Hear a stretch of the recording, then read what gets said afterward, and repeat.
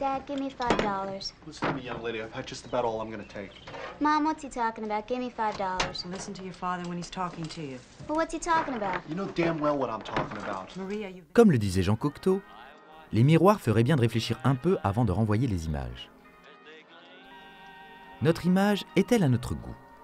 Mérite-t-elle d'être perfectionnée? Risquons-nous de tomber amoureux de notre image au point de sombrer dans un repli de soi? Comme le démontre le mythe de Narcisse, l'amour de sa propre personne est sacrément stérile. Par l'artifice, on s'emploie à parfaire un corps imperfectible en soi. Nous tentons d'améliorer un corps voué finalement à disparaître. Toute vie est bien entendu un processus de démolition, écrivait Fitzgerald. Au fil du temps, le reflet déçoit, l'image flétrit sous nos yeux. Quand nous regardons le miroir, voyons-nous la fêlure ou le feu intérieur? Sommes-nous réellement dans l'instant présent? Le miroir est avant tout une surface de projection. Souvent, nous jouons un rôle devant notre glace. Nous sommes le premier spectateur de nos extravagances. Antoine Doinel, Antoine Doinel, Antoine Doinel, Antoine Doinel, Antoine Doinel, Antoine Doinel, Antoine Doinel, Antoine Doinel, Antoine Doinel, Antoine Doinel, Antoine Doinel, Antoine Doinel, Antoine Doinel. Nous tentons vainement de plier cette image à celle qui nous inspire, à nos modèles. Notre image nous représente aux yeux des autres. Depuis le stade du miroir cher à Lacan, on comprend mieux que l'image de notre corps passe par celle imaginée dans le regard de l'autre. « Regarde-toi », nous dit-il.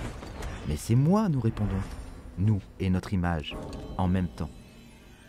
Victor Hugo aimait à dire que la forme, c'est le fond qui remonte à la surface. Pourrait-on dire que la forme à la surface du miroir, c'est mon âme qui remonte? Quand je regarde le monde, je m'imagine.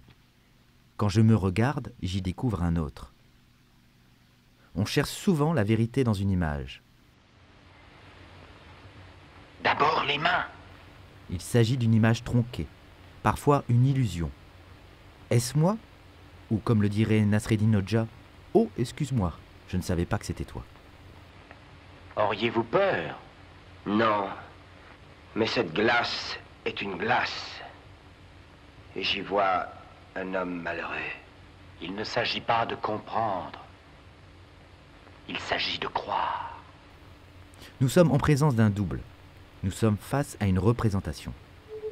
Il s'agit d'une image inversée, d'un monde inversé.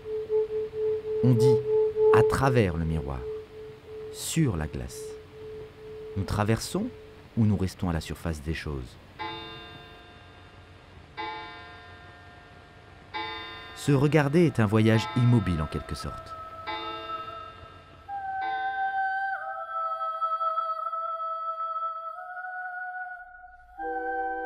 Finalement, la surface réfléchissante est indifférente. Elle nous laisse seuls juges de ce que nous y voyons.